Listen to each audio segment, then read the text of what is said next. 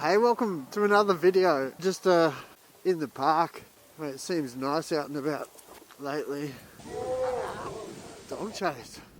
On the V13, get some air going. It's really hot here in Australia. I think it's hot in the whole world. A little bit of a good time to get out and get some airflow. Welcome to another little video, just off to the city to check it out and get out of the house, get the legs going, get back on the bigger wheel after rolling on a couple of those other wheels.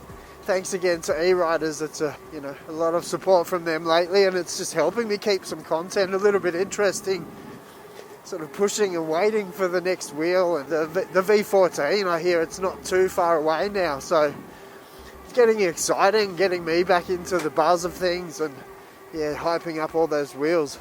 But there's so many good choices, huh? I'm still going to be rolling on the Pattern and the Extreme and test them out, but after rolling on that Sherman S and the Kingsong S19 again, it just reminds me of the quality. They're all fun. I think you can pull faults, pick and tear at things, and some plastic shells here, and there's no cut-off button there, and this one's too heavy for some. This V13 may be a bit better for the open road, and just that more rigid suspension's good for when you're at speed and you're starting to hit those bumps. Yeah, I really enjoy the weight of the V13 now. It's become a feature that I really enjoy. I didn't think I'd enjoy it so much, but it's become such a workout and really good for my legs.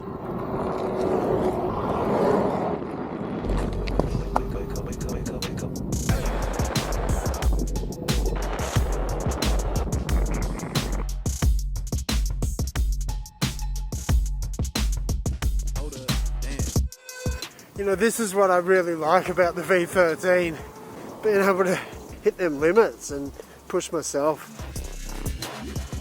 This is the only wheel I sort of trust and lean in, and I'm right on the edge of what I'm capable of, and what the wheel's capable of too. And it's good to hit those limits. To know those limits, so where to reach for and when to pull back. And I'm doing just a couple of laps at my local park because I've missed that speed. I was waiting for my ankle to get back up to strength, and it's just about there. So I've come down, and it's so hot today that this car park's just private and empty. So I can just start to feel the cornering again on this big wheel. And you do really need to get it over. I can push my whole body out. It's really the same as a motorbike, and you sort of counterweight the wheel with that big bulky body. And for me, that's a different thing on a wheel. I haven't been able to do that on the smaller wheels, and it's really fun. It's just a different technique, and again reminds you of how different all these wheels are. The smaller wheels are just so agile, flicky. You need to be just always ready to fall over and catch it and jump and twist, and it's a real twisty kind of workout. And this is just a real core leg strength. It's a really thrilling kind of thing to get right, and I guess kind of thrilling to get wrong in a different way. But you want to gear up. You've got to watch that gyro with the wind, especially if you've got a pole or anything. It catches you. More and more things happen at speed, and they just happen faster. So set your alarms up, get used to your tyre profile. Especially if you're using this knobby tyre, it just catches that edge, and it still catches me, so you've got to just be ready for it, ready to back off, know how to make those movements really quickly, to not panic. Yeah, and it's hard, easy to say, but when you're moving that fast and you can see there's a dead end coming up, and these don't have brakes like a car or a bike, you need to be reacting a lot further than you think before you sort of get to that point. So yeah, good to get out and practice this sort of stuff as well. Again, it's just, this is what this wheel does, and possibly your EX30 and a few other wheels are going to start to hit these speeds. Whew, so much fun. But you need to watch yourself and trust the brand that you're rolling on. you know. So yeah, I know the safety limits on board this V13 allow me to push that little bit harder, and I trust that, so it's going to catch me. And I've set up those different PWM alarms in darkness spot.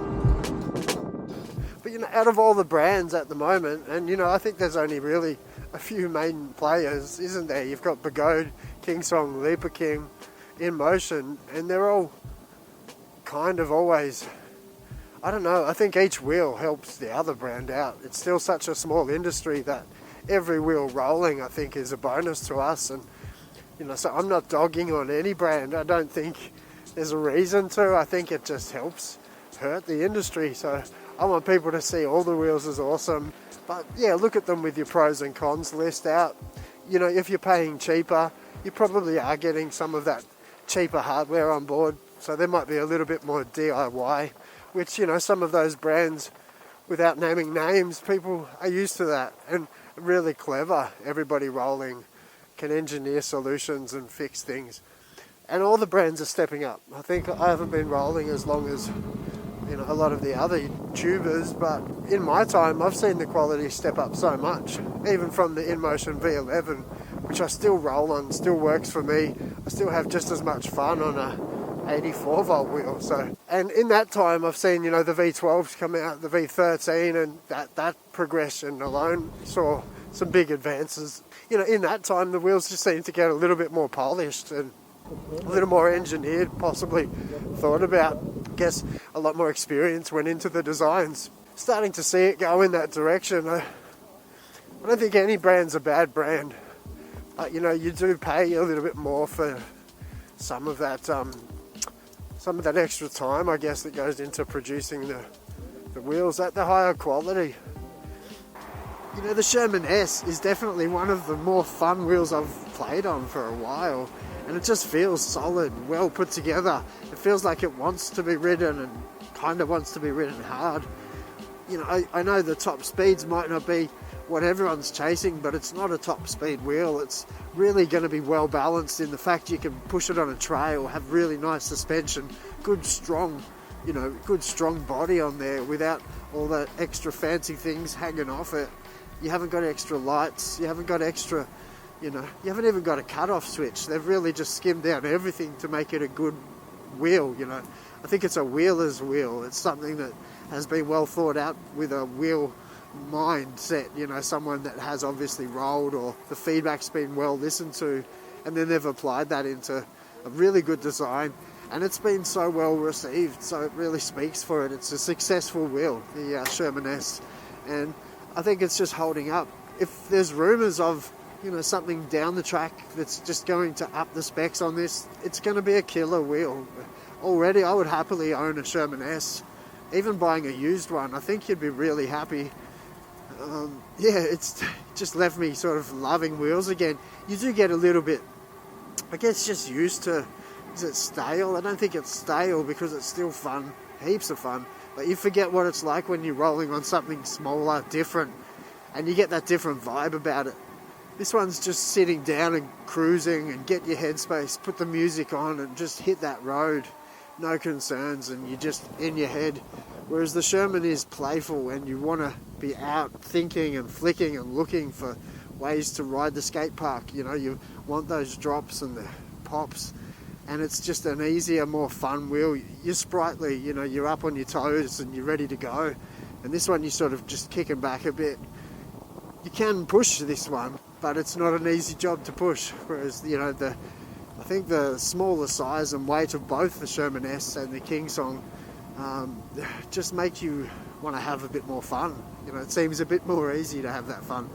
And I know we're going to find that same thing with the V14, which is just around the corner. So it'll be really good to see that roll and a bit more information coming out and a few more videos, a few more testers on the road. So yeah, those test wheels should be going out soon, and then we'll start to get some feedback, I think.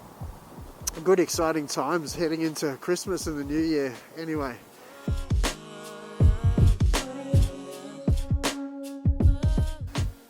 So yeah, if I'm going to compare the two, the first thing that comes into mind with all of those wheels is weight. And, you know, the weight factor being, that's the biggest difference between the Sherman S to this V13. And then you're going to look at, you know, the Kingsong is definitely the lightest in the Kingsong S19. Without giving them much of a test and you know, without giving them a long-term durability test or breaking them down, which there's other videos for, then I would say it's probably quality dependent on those, you know, price points and the way that's structured too. The Kingsong S19, I would say, is more of a beginner wheel, you know, somebody that's starting out, possibly a second wheel for the right person. And the Sherman S would be definitely more a specialist wheel, I think, you know, a second option, someone that's upgrading from the V11, the Kingsong S18. You know, those sort of people are going to look for something with a little bit better suspension. There's something that's a lot more durable and something that you're going to be able to throw down, throw down a trail, and we'll keep up with that. So the Kingsong S19 might go down a trail, but if you're going to take a few bounces and falls, that's where that shell's going to start to have some issues, I think.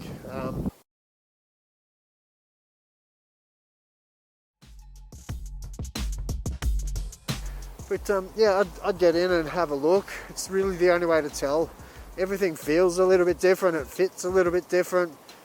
It's got, you know, different needs, whether you need that bass speaker, you know, your party options, the LED lights, which you actually can't turn off on the Kingsong S19 at this stage.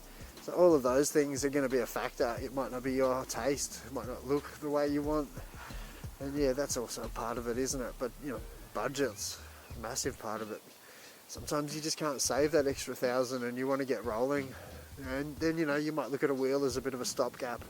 So if you're going to look at stopgap, you really want quality to resell it. So yeah, anyway, good luck in your choice. Don't think you can go too wrong. Just make sure you buy from the right place and you've got that support if you need it.